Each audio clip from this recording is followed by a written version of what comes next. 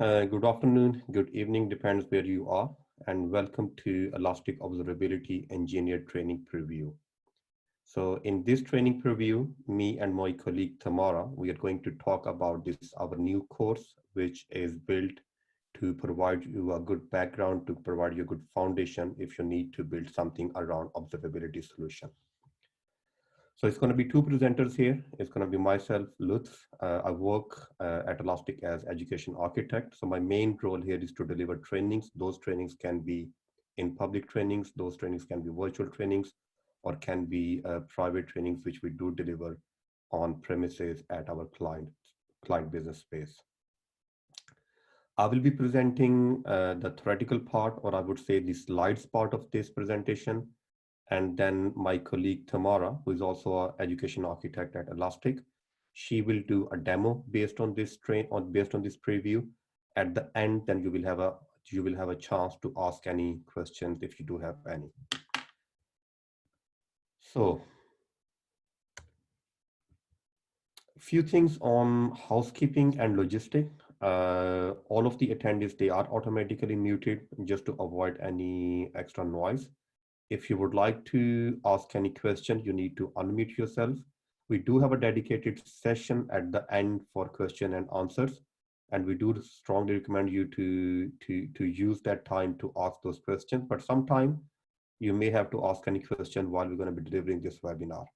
So yeah, even still feel free to ask those questions during this webinar. But of course, we do encourage to ask those questions at the end where we have a dedicated time for question and answer sessions.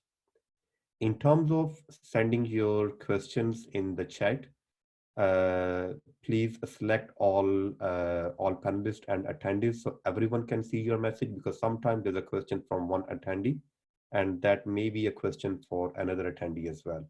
But that means that all the panelists and all the attendees will have a chance to look at your question and of course the answers as well.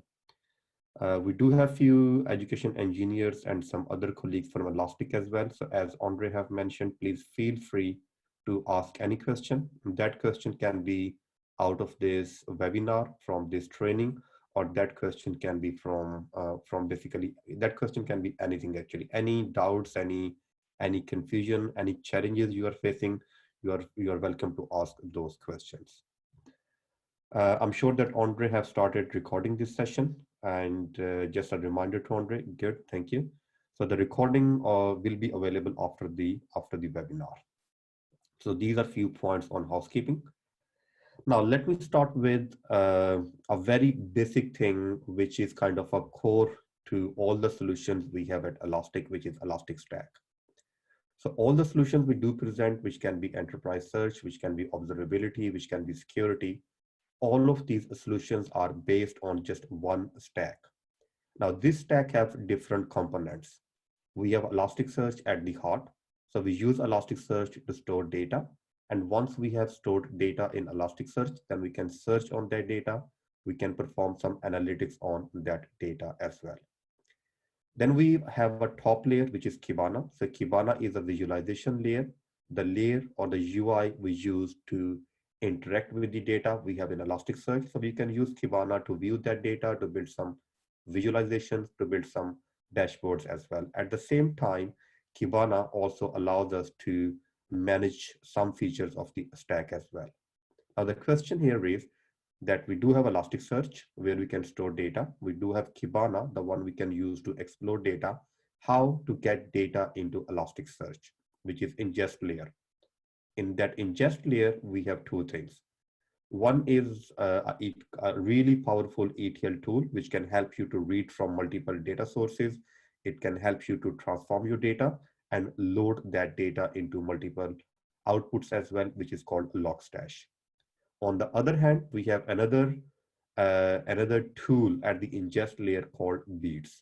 Beats is not a name of a single piece of software. It's a family. And in that family, you have different beats. And every single beat kind of serve a single purpose. Maybe you would like to use metric beat or file beat or winlog beat or function beat, etc. In terms of the solutions provided by Elasticsearch, we have three solutions, which the first one is enterprise search. Second one is observability. and third one is search. And all of these solutions, they are built on top of this one stack. In terms of this stack, if you would like to drive something out of this stack, you can do on premises. Apart from that, we also provide Elastic Cloud Service or Elastic Service. That means that Elasticsearch and Kibana managed by Elastic. Apart from that, you can also have the option of ECE, what we call Elastic Cloud Enterprise, and ECK as well. So that was just a quick intro about the stack.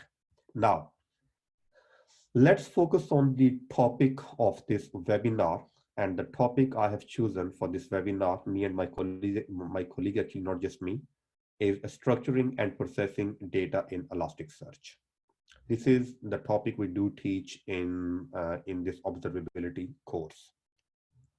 So first of all, let me introduce you that the topic I have chosen for this webinar. Where do we have this topic in our course outline for Elastic Observability Engineering training? Altogether in that course, we have 12 modules, and most of the modules have 4 lessons, and every single lesson is followed by a hands-on lab. That means a very hands-on course. It's not just a theoretical course where we will teach you about the slides. Instead, we will teach you the slides along with the environment where you will have the opportunity to implement all of those steps, the ones you have learned theoretically. So it's a very hands-on course. As you can see from this slide, that the topic I have chosen for this webinar is module number 7 and module number 8. So few things from module number 7 and few things from module number 8. So the focus here is that how we can structure data and how we can process data. But before I start talking about this topic, I need to give you a bit of a walkthrough that how we do get up to this stage. So in module number 1, we talk about about observability fundamentals. And in observability fundamentals, we talk about Elastic Stack. We start with Elastic Stack because this solution is built on top of Elastic Stack. Then we move towards and start explaining about the different pillars of observability, which are logs, metrics, and APM. Then we move towards module number 2, which is Elasticsearch for time series data. Again, first of all, here we introduce basic concepts. Then we introduce mappings, followed by queries and aggregations. Now, these topics like mappings and queries and aggregations by themselves, they're really in-depth topics. Then the last thing we talk about in module 2 is about index management. Third one is about shipping metrics. So we start with index templates, followed by data processing. We basically introduce our ingest pipelines at this stage. And then we also talk about how you can handle different failures, which can be overall at the ingest pipeline level, or which can be at the processor level as well, any processor level as well.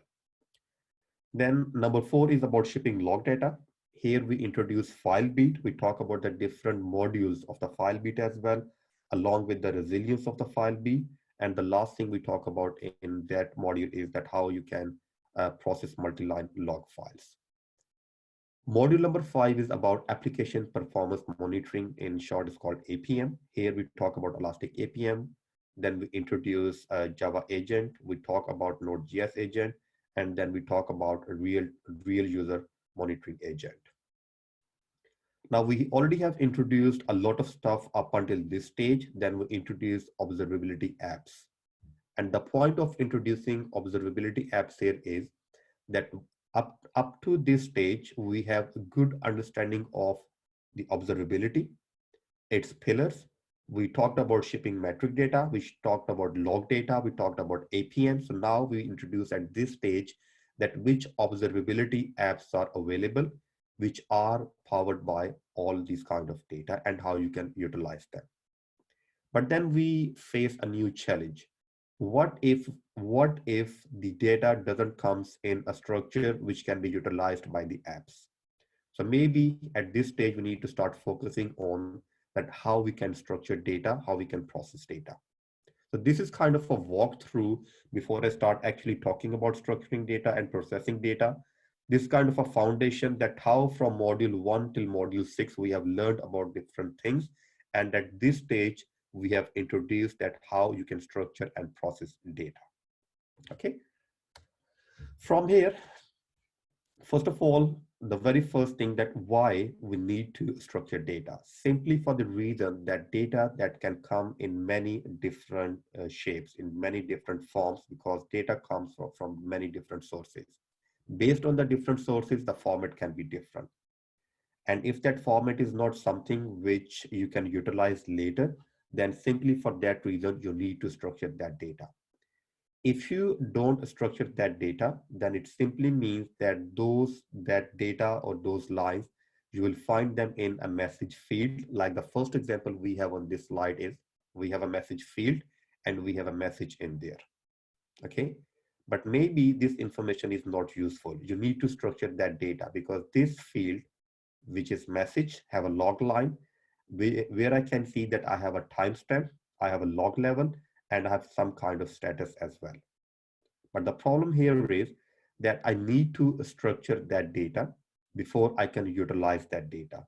So maybe I would like to structure that message field where I can get the value of timestamp, I can get the value of log level as debug, and at the same time, I can also retrieve that value of status, which is my app stopped.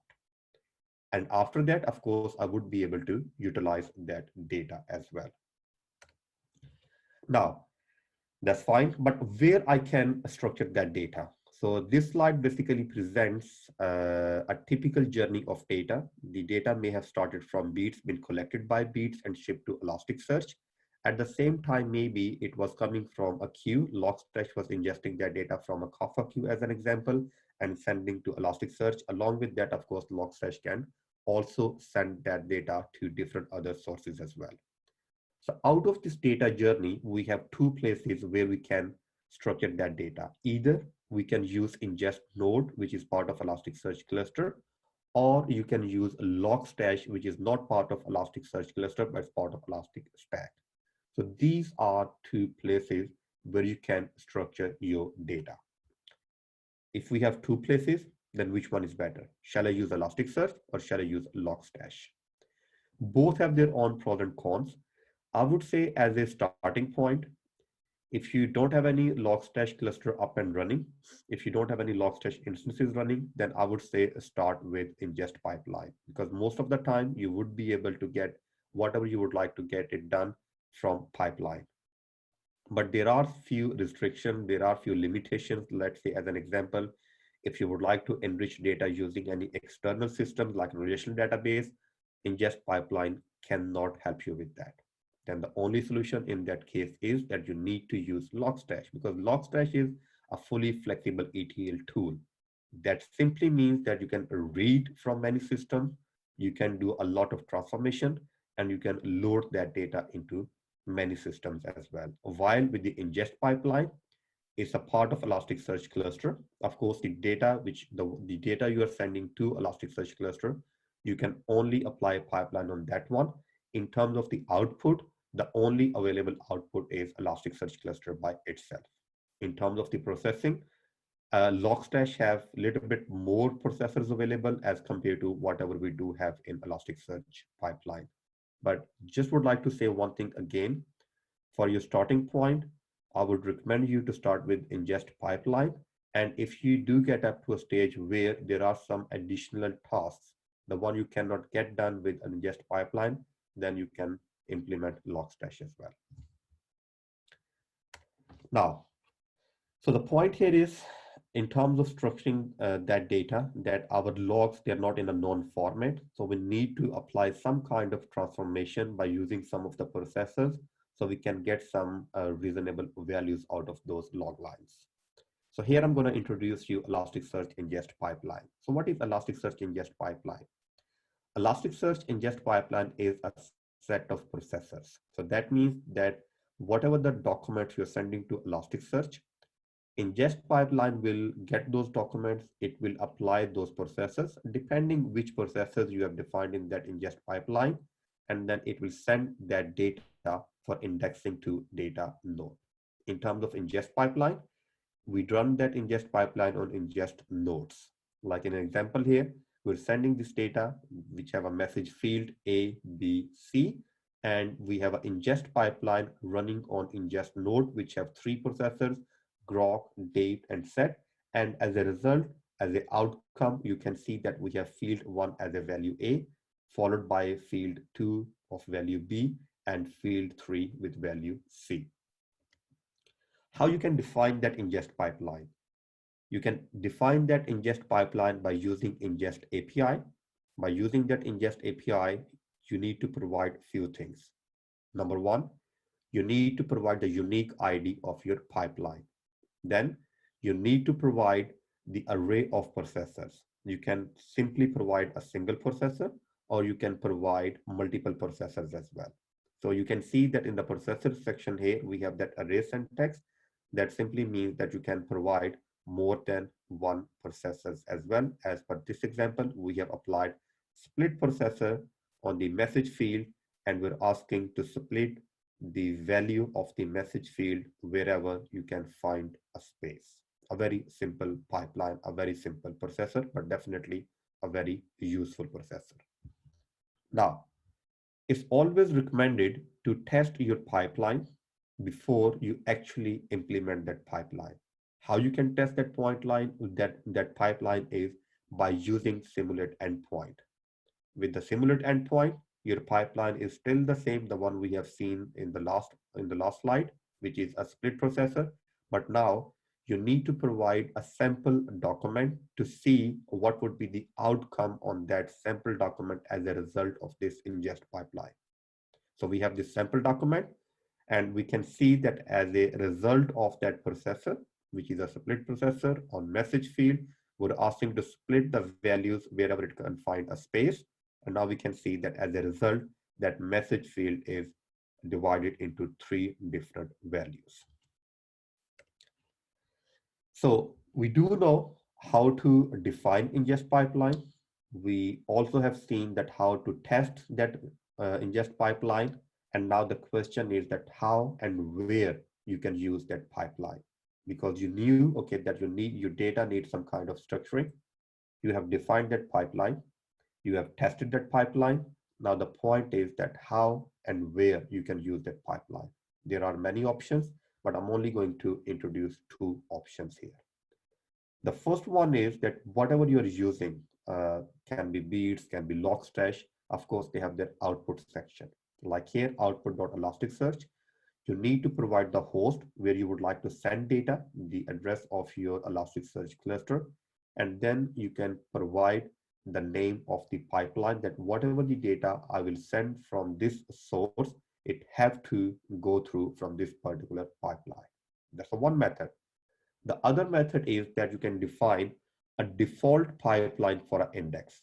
If you do know that you're going to index data in a particular index, which can be ABC or XYZ, you can define a default pipeline for that index ABC or XYZ.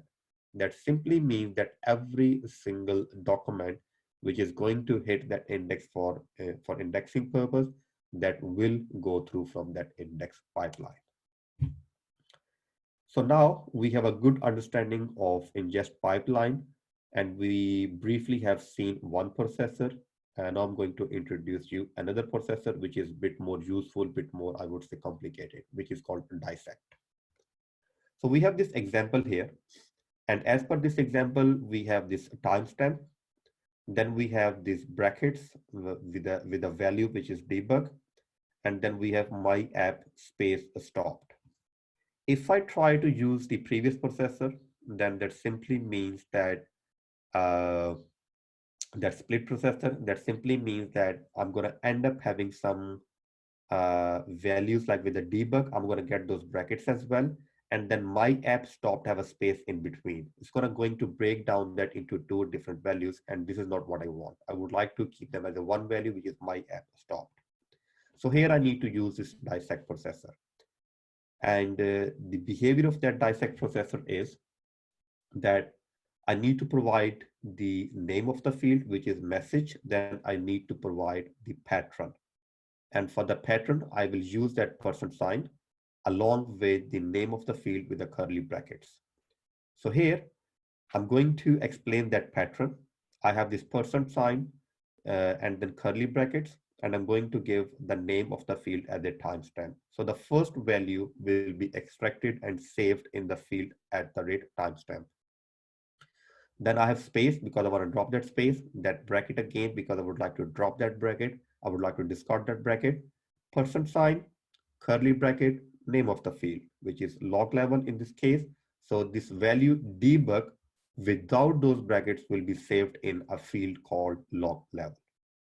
Again, I have this bracket outside the curly bracket because I would like to drop, I would like to discard, space again, followed by percent sign status within curly bracket. So the last value, including that space between my app space stop, will be saved in that status field. As a result, you can see that I have a timestamp field, I have a log level field, and I have a status field, my app space stopped. The original message field will be still here, that will be retained. We just have omitted here, but you have the option even to drop that one by using another processor. But as a default behavior of this dissect processor, that original message field will be retained. Then you can also use the dissect processor to extract the key value pairs as well. Like here in this example, I have host equal app server and status equal status okay. So it's a key value pairs. So I can use that star and sign to take the name of the field and the value of the field. So look closely at this example where we have host equal app server. I'm using percentage curly bracket and then star field one. So that means whatever the field is, the name of the field is, that will be picked up as a name of the field, then equal sign, that means the value, and then percent sign, curly brackets, and then and sign field one. As a result, you can see that the host is equal to app server as a value. Same thing on the status equal status underscore okay, where I'm using star to pick the name of the field and using and sign to pick the value of that status field. So you can also use this dissect processor for extracting key value pairs as well.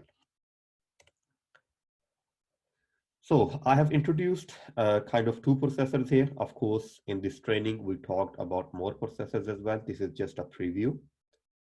Now I'm going to introduce a script processor. But first of all, why do we need to have a script processor? Simply for the reason that even though we do provide a good number of processors, but of course there are unlimited number of use cases.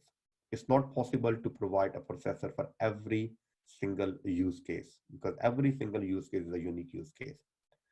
So we do provide a good amount of processors, but at the same time, we also have given you the option that if there is something, the one you can't get out of any given processor, then you can use a script processor where you can write the code to transform the data as you like. The language we use is called Elasticsearch Painless. So we use that painless language to write those scripts. It's a fast, secure, and it has a groovy-like syntax. In terms of the support, it supports all of the Java data types and a subset of the Java API. Of course, it's quite a big subject as well. It's quite a vast subject as well. If you would like to get more information, we have provided a link on this slide here where you can get more information on Painless. If you're really interested about Painless, or if that is what you want to do, then in the new version of Elastic Stack, which is 7.7 only released few days ago, we also have a really good thing called Painless Lab, which we never had before. It's been introduced as a beta in 7.7, where you have the opportunity to use that Painless Lab to build your code and to see the outcome as well. If you are interested, I would definitely recommend you to download 7.7, or maybe just simply sign up on our cloud portal. And on our cloud portal, of course, we always have the latest version. And you have 14 days. Andre, am I right? Is a 14 days free trial on cloud? Andre? Yeah. Yeah, correct. It's 14 days, yeah. So if you would like to even test those features as well, simply sign up on the cloud and you have 14 days free trial to test those new features as well. So in terms of those script, first of all, the purpose of the script, that if you would like to do something which is not possible with any of the processor, then you can use scripts. You have two options. You can use inline script or you can use a stored script. Inline scripts are handy for small tasks and stored scripts are handy for where you would like to use that script again and again, and especially with the different values. So look closely here. First of all, the name of the script, name of the processor is a script, and then we have source. Source means provide your code here. And then we have the parameters, and you can provide the parameters in the prompt section. Here, this is example for the inline script, where we're simply going to have a field or the value of the field set to whatever the values are in the parameters, and the parameter value is hello world. So eventually, new underscore field will have the value hello world. That's a very simple example. Second example is based on stored script. And for stored script, you can store a script in cluster state and then recall that script or invoke that script later with the script ID. So first of all, how you're going to store that script is by providing that script, and now that script will be stored in cluster state. Later on, you can simply invoke that script with script ID.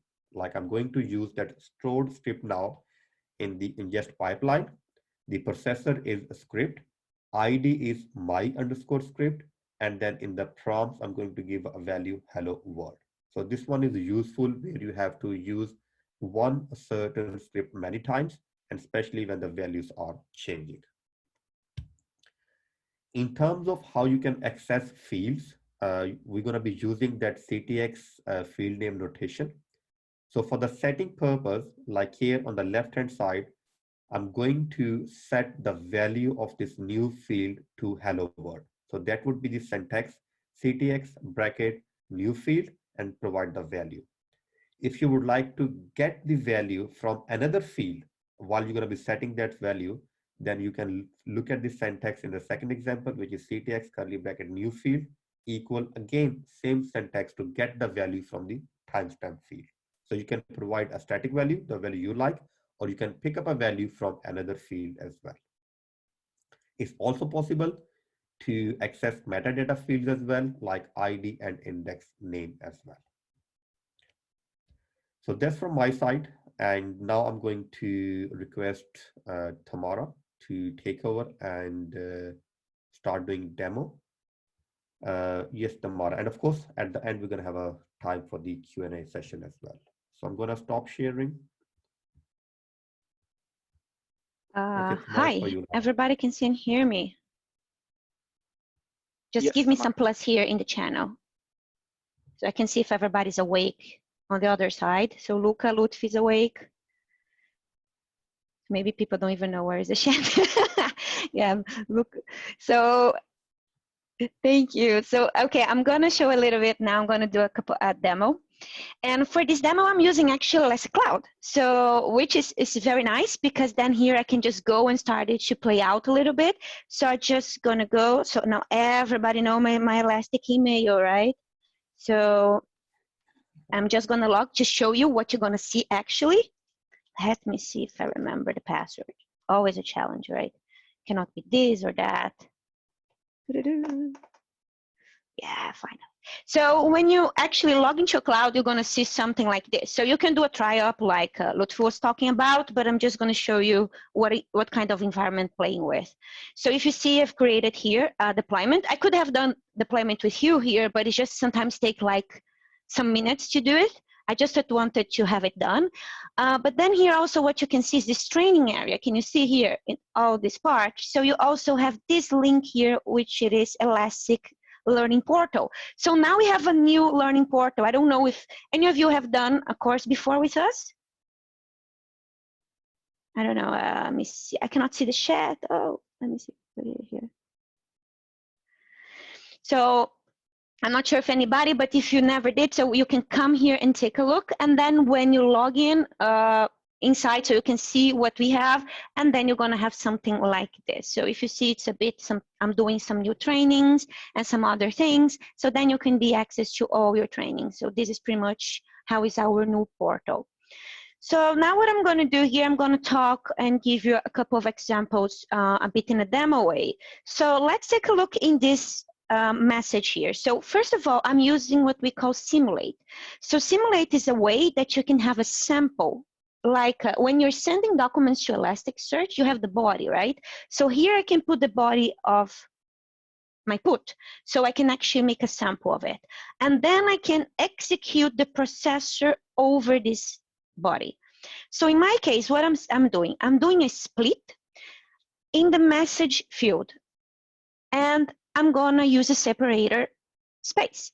And when I'm execute, so you can use here, click here to send request, or I'm gonna show you as well, which is very cool. I'm here, by the way, I'm inside here, DevTools. You can also take a look here. You have the help, which teaches you all the shortcuts. Very handy, right? So I'm gonna come here and I'm just gonna come on, because I have in a Mac, enter, and then I'm gonna execute. And now if you see what it happens, it took this message here and it broke by the space, right? So, sorry, I put it the same. I'm gonna put another one. Let's put a target. So how can I see which options I have? So I can just space and it gives, so if I control space, I can have all the different ones. So what I want what they call here separator on failure, so they don't have all the options. So what I can do is I can come and put target field, and then I can put new one. So now you see I kept the message. So if you see the message here, see, then it broke here, make a debug, my app, and stop. So now if you start to see this, you say, okay, I broke, but now I have an array. What can I do in array? Because each one of them is supposed to be in its own field, right? So how can I work with that? So now we're going to actually start it to build up our ingest pipeline. So ingest pipeline is take the body and step by step start to build. So do the first, do the second processor, and this way incremental. So what I'm going to do is, okay, I'm going to try to put a name in one of those part of the arrays. And how can you actually have access to it? So I'm going to control space. I'm using the set one. So what I'm going to do here, I'm going to create a new field. So let's start with the first one here, which is what it is. It's a timestamp, right? So I'm going to put timestamp. And which value it is? So it's the value of the first element of my array. How can I get that, right? So if you see, my array calls new, but this is a value. So every time I have a value, I need to do this double curly braces. Otherwise, I cannot access the value. So then I can put new.0. And now if you see, I created a new field. And then I started to build. See, first I split it, and then I set. And now there is one that is a very cool one that I can do is, imagine like this. One of the most important things when you're structuring your data is have the right types. So example, I'm going to put here a numeral, like 250, like this. So when I'm actually executing the grok, the split, so what is going to happen is, I put it something, so yes, this comma here. So now if you see here, this is a text, right? It's a string. How can I change that? Why? Because when you're using Kibana and doing visualizations, it's very important you have the right type. So I can use one here that which is really, really cool called convert. And the convert one, I can actually Control I makes pretty, that's nice, right? I can come here and get a field and change the type, right? So let's take timestamp. A lot of people may want to say, okay, timestamp is a date, not a text, right? Or, so how could I do that? So if I come here and I put timestamp, and I put type date, guess what happens? It doesn't allow you. Why? Because I don't have type date in a JSON. So the ingest pipeline happens before you put in Elasticsearch. So you have no type. So you can only have Boolean, you can have float, you can have integer, and that's it. You cannot have anything else than that, and text. So what I'm going to do is, so here I cannot do anything. So what I'm going to do, I'm going to try now to do for the other one, which is the integer, right? So now I'm going to get that field. So let's count 0, 1, 2, 3, 4. Now I'm going to get 4, and I'm going to use the integer. So if everybody remembers how it was, so now when I do this, take a look, is an integer. Great, right? Now when you're going to put in Elasticsearch, it's going to recognize as an integer, which means is I can go there and do metrics. I can do the sum of this specific field. So I can start it to work with it. So it's very important, first of all, have the right types. Second, when I'm doing the pipeline, I need to make sure that I'm building up the blocks because they happen in order. So it's going to happen first the split, then the result of the split is going to be used in the set, the result of the set is going to be used in the convert, and in this way you can start to build everything else. So this is where pretty much a little bit about how can you build. So if you see, we started here to build things a little bit dynamic. I do have other one as well, which called dissect. The thing is, nobody sees, I don't know if anybody sees the chat here, but anybody here knows Grok? I know Luke and Lutf know Grok, but anybody else here? Change to everyone. Let me see. Oh, yes, good. Now I see the message. Sorry, it's coming, it's coming. So great. So first thing everybody does, you know what they do? They use Grok. No, you should never use Grok. So you should never use Grok. First, why? Because Grok is slow. And if you want to use Elasticsearch, you want to be what? Fast. So there is one very undermined processor, and this also having Logstash if you're using, called dissect.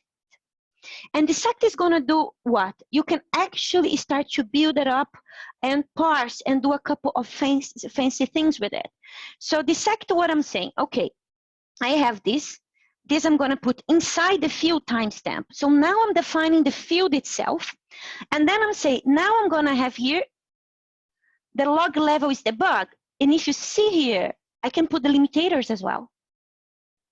And this is not going to be included in the field. And then I can have here which status it is. And now if I execute this, take a look, I have everything. Log level message status, and it's much quicker than Grok. So a lot of people, they don't know that. And the first thing they're going to do Grok. So never. So first, try to dissect as much as you can. And then with the result of the dissect, you can Grok. Because what I could do if I need to Grok something, I could just build, right? Because this is incremental. So imagine that I want to Grok this status here. So I could just put Grok, put the field status, and put the pattern. And then I can Grok this. So I can do this, what I call a hybrid solution. You don't need to use just one. You can just build up the blocks and make in the best way possible. So about speed, again, dissect is the quickest one you can have. And then if you cannot do anything, you Grok. But there is one cool thing that you can also do, which is key value. So you can also do key value one. Which I'm going to show later. So before that, I'm going to show one more thing about dissect, because I was almost forgetting. That's good that I put it here. It's a little bit in the way that Lutf was talking about, right? So what we are doing here, so we are getting this message, and then I'm putting this in the field timestamp, getting a space as a delimitator here, and then I'm using this, and I'm using as a field 1. And then the result of this, I'm going to put inside the host. So this is going to come as the name of the field, and this is going to go as the value of it. And you can do all of this by dissect. You don't even need to use the KV processor, because you can do all of that inside. So now if you see, I broke. So now I have host, app search, I have the message, status okay, and I start to build. Really cool, right? But there is one limitation about this, what it is. I need to know what I'm gonna have. While the KV, I necessarily doesn't need to know the amount I'm gonna have. So if I just have a bunch of things. It's just started. I could just add and started to consume, which is a thing that you cannot do with the dissect. Dissect is a bit like Grok. You need to define exactly what you want. While the key v is, if I would have here one more value as an example, new status equal new, if you see, it doesn't go because the status recognize everything until the end. Now, if I would come and get this inside a key v, a key value, actually would be able to recognize that, which is really, really cool, right? So there is a lot of things you can do when it comes to grokking, processing, pipelines. So you can go crazy, and this goes so quick.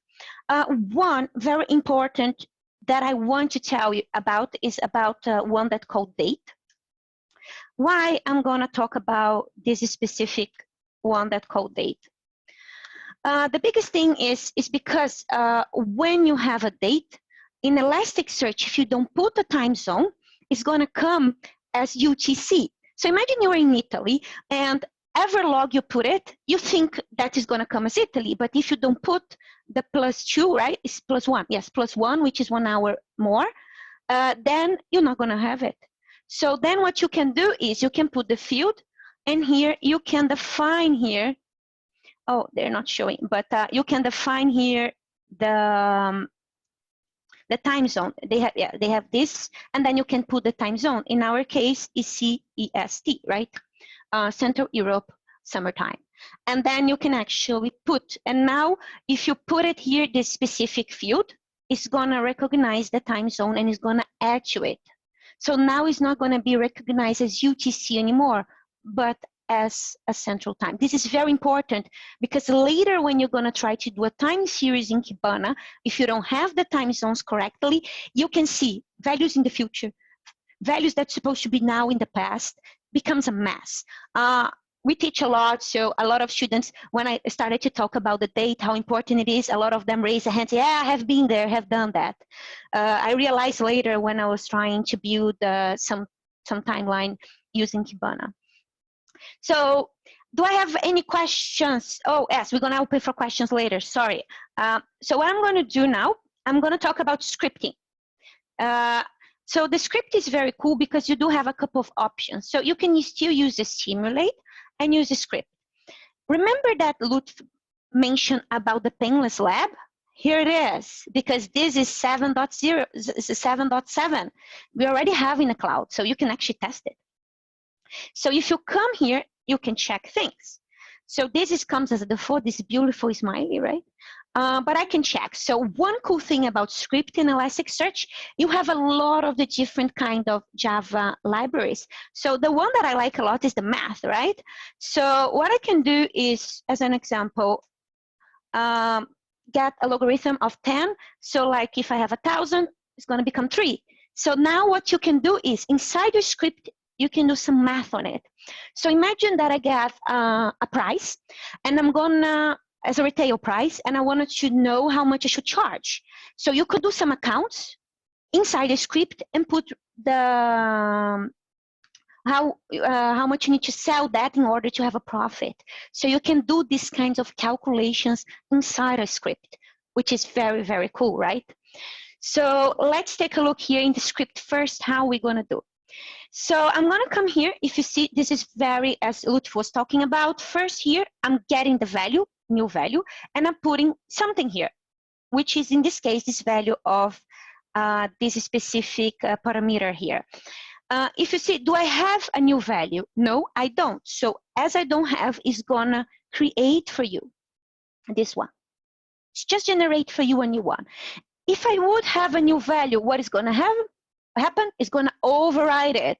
So it's cool because you can create new fields or override old ones with like a default value if you want. So this now I can start to build. So you can do a lot of things, right? This, as we are talking, just simulating it. One thing that you can do, we can actually put this inside the cluster state as Lutf was talking about. So in my case, I'm going to call my script pipeline. And what I'm doing, I'm just doing a hello here. But I'm going to do a tweak here in this specific pipeline here. I only want this pipeline to happen. I'm going to show in the simulate, which is better. It's only going to execute this script if, I'm going to put an if here, the CTX, and then I can put a value here. So let's see, change. And then I can put equal true. So I can put I can say I'm gonna put differently here. I'm gonna put like change. It's the what the heck? What's going on here? Just give me a second. It's changing. Here. So I'm just gonna. My keyboard is going crazy a little bit. So and then you're gonna put something. Yes, it came now. So then I can put value change. And now if I see, if CTX value is going to change, then it's going to make something. So if you see now it didn't execute the script because I did a conditional inside. So it's only going to execute this script, this processor, if this happened. So what I'm going to do right now, I can make a value here. And I can put the value as change. And now it's not going to work because it's missing a comma. And now if you see, it executes the script. Cool, right? So you can do conditional as well inside your pipeline. So, and this way you can start to select what you want or not. So in this case, I can do my pipeline with the script inside, or I can do differently. I can actually put the script inside the cluster state. And now I can actually call this script using the ID in here, script ID, and I put the parameter.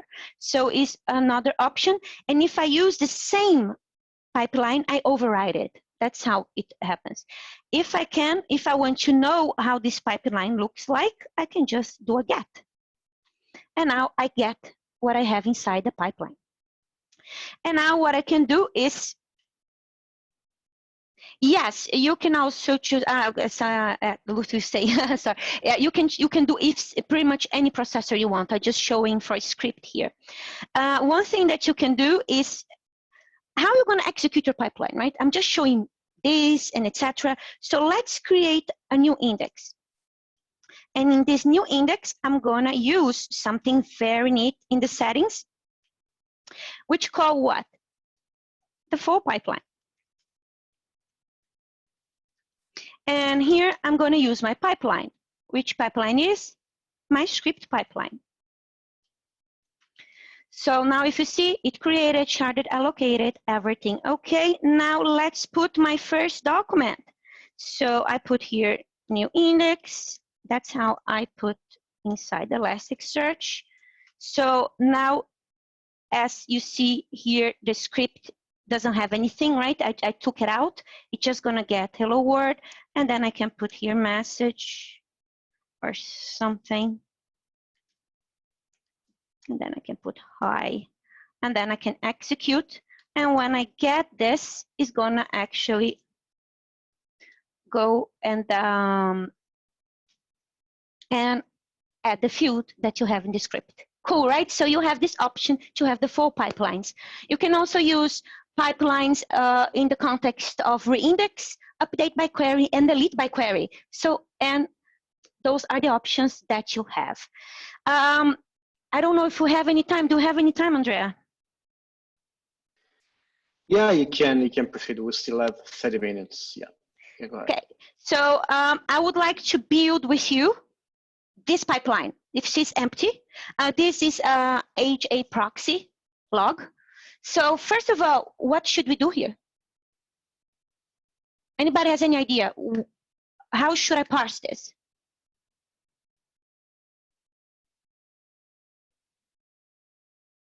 No idea. Anybody? What is the most important one that I said that maybe I should start with because it's quick? Dissect. That's it. So let's start with the dissect then. Can we use the dissect? Let's look to this. So if you see, I have spaces here, right? And I'm like, how I'm going to use the dissect here. So first, let's build our first step. So I'm going to come here and put the dissect, which field it is, message. And now let's talk about the pattern, right? So first of all, we do have a timestamp here, but this timestamp is what? It's across 3 different fields. How can I use dissect with this? So the cool thing about dissect, I have an option here that I can come in the dissect, and then I can come, and then I can put like this, timestamp. I can put a space. I can just copy this, and I can put a plus in the beginning. So it's gonna get the second one and add to this specific field. So now if you see I have this and this, so I can come and have this for timestamp. So now if you see my result, I already see, right? So it got inside pretty much this, this, and this. Why it got everything? Because it's greedy when it comes to dissect. If you don't put anything, consumes the rest. So as we don't have anything, it's gonna just consume. So localhost is pretty much what? Is the name of the host, right? So what I'm gonna do here, I'm just gonna go and put host with the space here. Now if you see, I'm gonna have timestamp and host got everything else. As I said, it's greedy. So now everything got into the host. So now you got the host, and now here what you see 2 more fields here. So you do have the process name and the process ID. How I'm gonna do that? So I can come, space. I just copy because I'm lazy. I'm not gonna be putting everything here. So I click process and process ID. But the thing is, if you see the process would go through, but not the ID, because I put a space. But what can I do? I can just put the delimiter here, right? And now I can put the rest of the message. If you see, I have here a dot, which I can definitely put it in here, this delimiter as well. And I can put in the rest of another, sorry, I forgot to put this. And then I can put in the rest of my message. So now if you see, I have timestamp, I have the host, the process, and let me see here. And then I have the rest of the message. So, and then I start to work with the message, right? So Tamara, what I'm gonna do as well, I can show you what we can do. So if you take a look in the rest of my messages, you're gonna notice a couple of things, right? So you're gonna notice that when you start to build up, last, yeah. I saw that now. So when I got to see, I see this. What this look like? A key V, right? Smells like a key V. But I have this first and those 3 here. So this is actually just a status, right? So I'm gonna continue. I'm gonna get this, this as a status because I want to reach in that comma there. And then here I can put this as a rest. And let's see what I have. And the rest got reasons. So one thing that I'm gonna do, I'm gonna use this comma as, better, because then I can clean a bit. So now if you see what I have, a key V. Could be more, I don't know. Could be that this log has more. Let's use the key V. Key V has some cool things that you can do with this, with the key V. So I'm gonna just add it up. So this is an interactive one. So why is not getting? Let me see. I don't know. It's not liking me right now. That's weird. Anyway, let's just continue. It's gonna get it eventually. So and when it comes to the key V, there is one thing I want to show that is very cool. You can come here. If you right click here, you can open the documentation. And this goes to the simulate, which is very cool. And here you have available all the processors here. So this is the page of the processors that you have available when it comes to the ingest. So we can come here and check it out, the key V. So what can we use and how can we use? And the key V has this field split and value split. So if you see here, what it is the delimitator between the key V and what is used between what is value and key. So I'm just gonna copy. As I said, I'm quite lazy. I don't like to have a lot of work. So I'm just gonna come here, Control I to be pretty. And now I'm gonna see. So there, if you take a look, what is my delimitator? It's a comma and what? A space. And how do I have here? I have a semicolon. Somebody said about the brackets. Where? Yeah, this is where is the brackets? Let me see. So it's something. Oh, I forgot the field. Yeah, it gets tough if we don't put the field here. Yeah.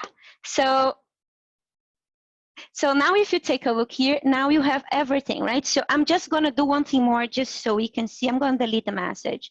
So you do have a remove, and then I can put the field. I'm removing the message. Too much garbage, right? Now if you see, we just parse it, right? So the rest was this. Now I have reason, process, code, check duration, host, ID, what is my status, server update, app server is up, the timestamp, and the info. Cool, right? So we got a message, we grok it out, we dissect, we key V, even remove without even touching in a grok.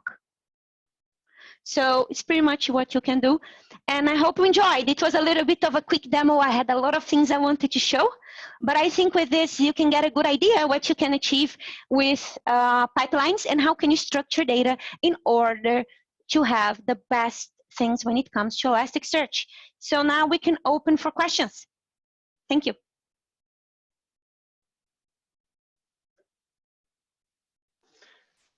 Feel free to unmute yourself and ask any questions you might have.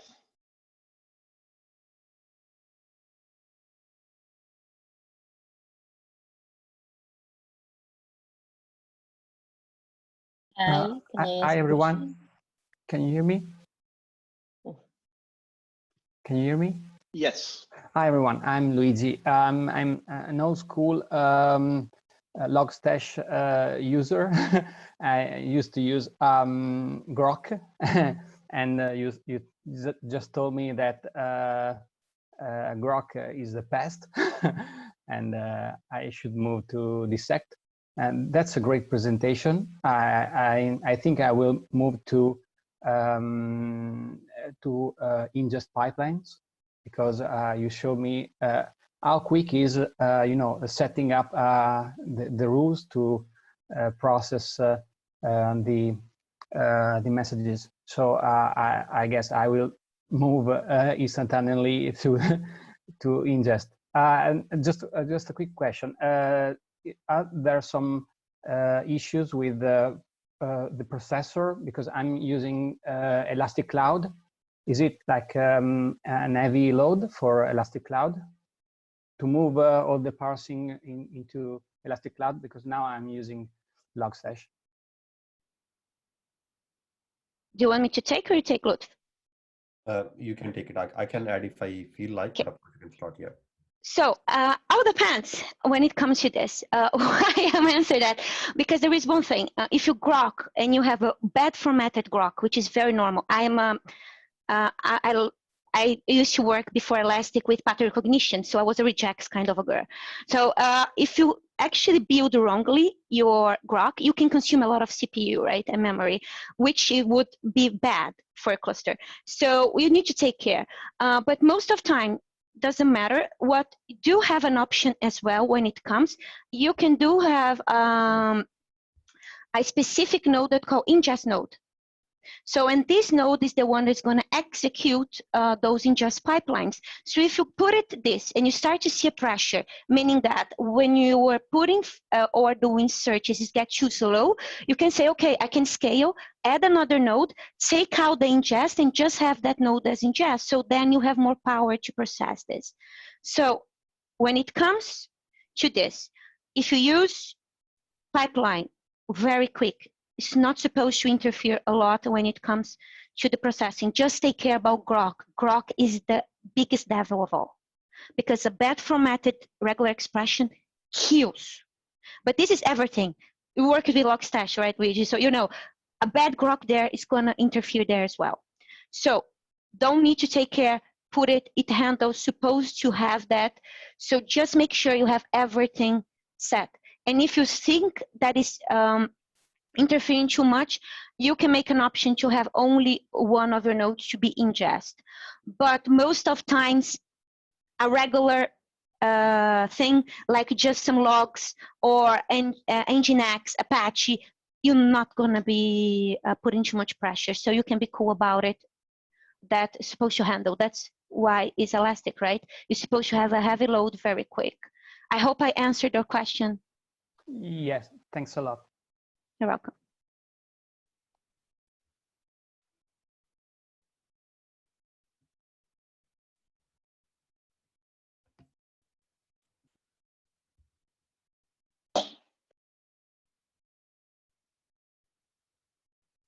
Any other question?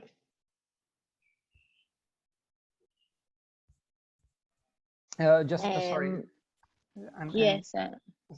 I'm Luigi. One more question is about the scripts. So I can use those scripts also for alerts, for water, right? Yes, so I can take that question. So your script is, especially when you talk about stored script, so your script is stored in cluster state, and you can invoke that script wherever you would like to invoke. Like the example we have seen here was in a script processor, but the stored script can be used otherwhere as well. Okay, thanks. Hi, can I ask a question also? Yeah, sure. So from what I read on your documentation, I'm still not working with ingest node, but it looked like it is not really recommended. So it's not. I didn't understand. Would you mind sharing that link in the chat, please? No, okay. I will. I can check for it, and I can send you if you want. But it looked like it the least preferable way. Maybe I didn't understand it correct. I can give you a summary. First of all, I'm going to request you to please send that link so we can read through from that as well. So the summary here is that what we do recommend is that if you don't have any Logstash in place, it's always a good starting point to start off with ingest pipeline. Of course, there are some limitations. Like the first limitation is that the ingest pipeline can only read or only catch the data coming to Elasticsearch. In terms of the output, the only available output is Elasticsearch. And in terms of the processors, there are less number of processors available as compared to Logstash. Having said that, maybe that is your use case. You don't need to use all of those processors which are available in Logstash.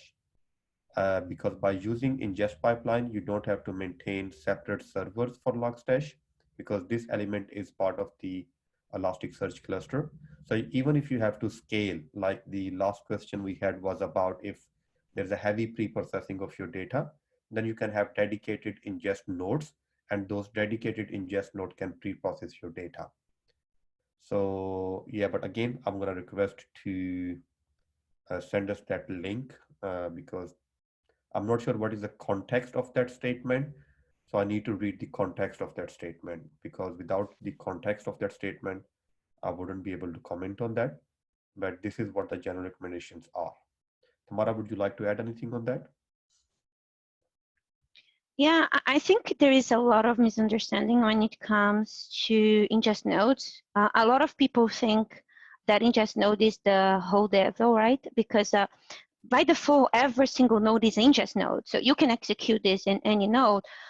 So it's designed by that. So if you go to our cloud, every single node is going to be able to execute an ingest pipeline. So a lot of people, they get afraid and they don't want to move from Logstash. And there is a big difference. So why should you use ingest node and not Logstash? This is the biggest question, right? Nobody asked that. So we have this question like every single training that I give, there is a student that asks that. So what is the recommendation when it comes to ingest node? And I think maybe gets a little bit more clear. So Logstash is where you do what we call ETL, so which is extract, transform, and load. And the transformation, it's when actually you're going to do enrichment of data. Maybe you're going to use a database, so or you're going to do HTTP request. So you're going to get the data from somewhere else, and then you're going to enrich your data. While ingest node, as is inside Elastic, you don't have this capability. It's like I could not say host, where this host is, and get like a GeoIP. I couldn't do that because I can only work in the concept inside Elasticsearch. So, and that's where you use Logstash. So a lot of people, what they're using nowadays is a hybrid solution. So they get Logstash because Logstash, it's a bit heavy to run it. They do the enrichment, and then they do the dissect, the grokking, some inside Elasticsearch because it's quicker, and Elasticsearch have the capability to just actually load balance inside. So if one node is a little bit too busy with ingest, they can send to another node, and this way you can actually get a very good result out of your cluster. File bits, metric bits, all of them use ingest pipelines, all the bits. So for you to see, that is recommended to use ingest pipelines, and we use ourselves in our solutions. So I think, I hope I could take out a little bit of this misunderstanding when it comes when you should use or not. Totally recommended, use without fear. And if you need to be enrichment, you can do Logstash, send to ingest, and do the regular things. Because I think Luigi have used it here, can be really crazy having a lot of pipelines inside Logstash. Goes into your mantle, right? Gets huge. So if you can take the load and crash into different places, could be a good solution as well. Great. So we do hope I answered the question here.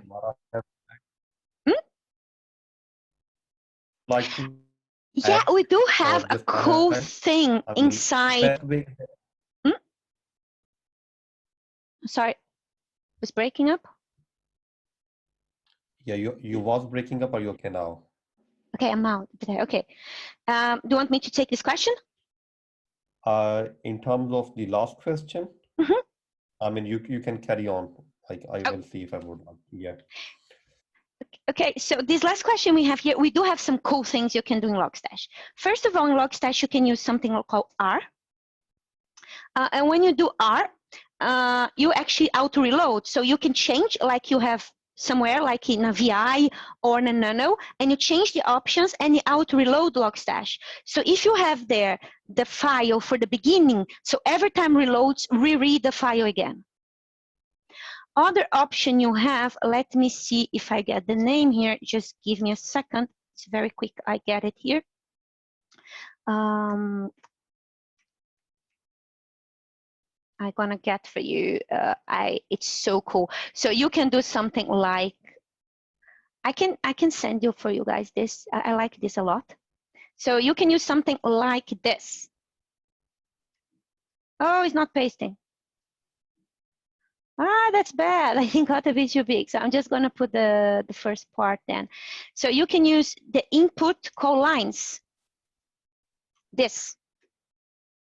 And then if you put, when you get Logstash, you put -R. Every time you change, the config auto reloads, and then you can see the output.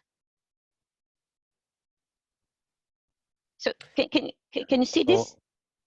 Yeah, so as a summary, if you're looking for a single endpoint like simulate, like the one we have in the ingest pipeline, then the answer is no. But there is a workaround, the one Tamara have explained, that you can take the input, you can apply the processors in the output, you can simply output that on the terminal. And then of course, I mean, you can reload those configurations and you can simply check the outcome on the terminal. But if you're looking for something like exactly as a simulate endpoint we have in ingest pipeline, unfortunately nothing, but there is a workaround, the one Tamara is trying to explain now.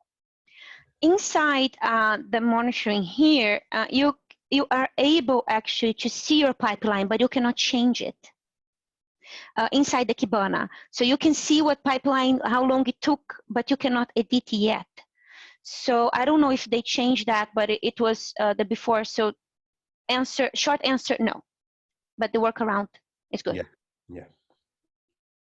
And especially what Tamara have said earlier on the point of ingest pipeline and Logstash, I just would like to echo what Tamara has said, that our own solutions do use ingest pipeline. Okay, so that's kind of a really the way to look at the comparison or to look at the recommendation you was talking about, that our own internal solutions, we use ingest pipeline. So that's definitely recommended. Any other question?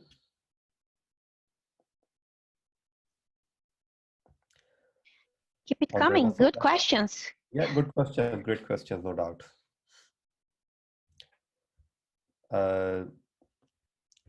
If you don't have any questions, I just have few more slides to go through. Tamara, shall I go through from those slides, or would you like to go through from those slides? Just like the last few slides, I can go through, sure. Let me just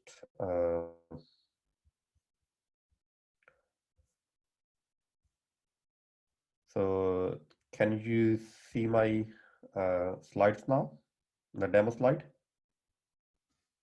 Okay, so just last few slides, we do provide different kind of trainings. We have our flagship courses based on Elasticsearch, based on observability, and based on Kibana as well. And of course, based on security as well, because we have three solutions, as I have said earlier. We have engineering courses, which are based on stack, but in terms of the solution, we have observability solution. So we have a course for observability as well.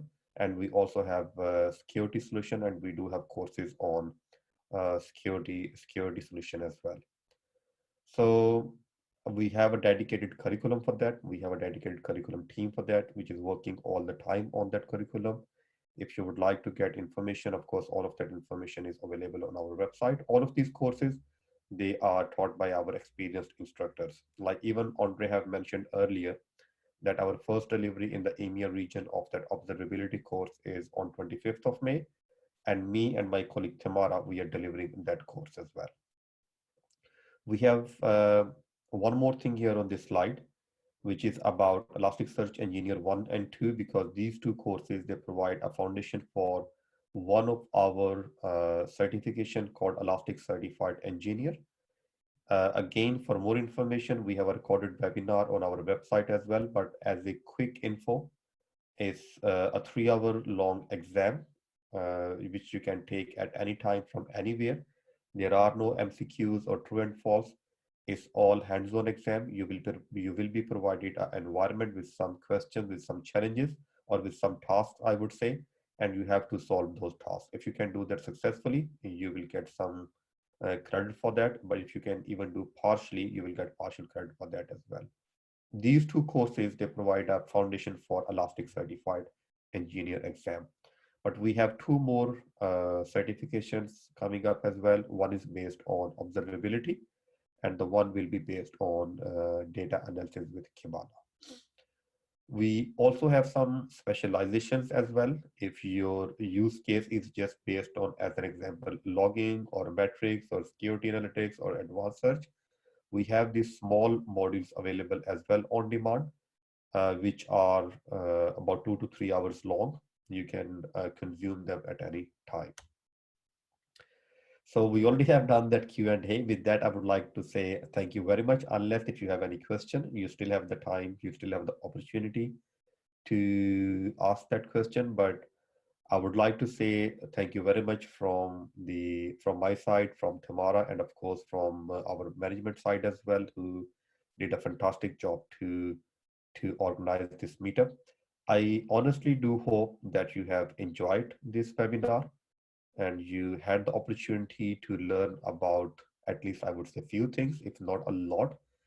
Especially that demo was great, because that demo really complemented the theoretical part, where we had the opportunity to practically look at that, how we can have an ingest pipeline, how we can use different processors as well. Some useful links are available on this website, but now I'm gonna request Andre just to finish off this webinar by just adding some last few comments about the slide deck or about the recording of this webinar, etc. But again,